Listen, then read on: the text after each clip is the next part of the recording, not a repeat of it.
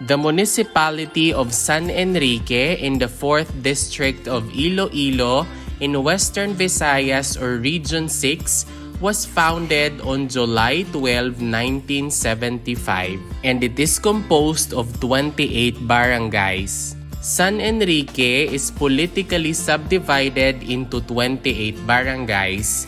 Each barangay consists of puroks and some have sitios. The 28 barangays are as follows: Barangay Abaca, Barangay Asisig, Barangay Bantayan, Barangay Braulan, Barangay Cabugao Nuevo, Barangay Cabugao Viejo, Barangay Camiri, Barangay Kumpo, Barangay Katanagan, Barangay Kubay, Barangay Dakal, Barangay Dumilis, Barangay Garita, Barangay Hinis Nuevo, Barangay Imbang Pequeño, Barangay Imbisadan, Barangay Iprog, Barangay Lipak, Barangay Madarag, Barangay Mapili, Barangay Paga, Barangay Palhe, Poblasyon Ilawod, Poblasyon Ilaya,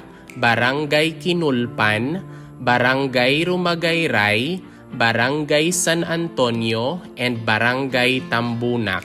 And that is all the 28 barangays comprising the municipality of San Enrique in the 4th District of Iloilo, Western Visayas.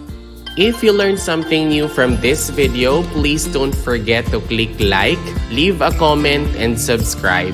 Moreover, you might also want to watch the next video on the screen. Maraming salamat, thank you for watching, and see you in the next video.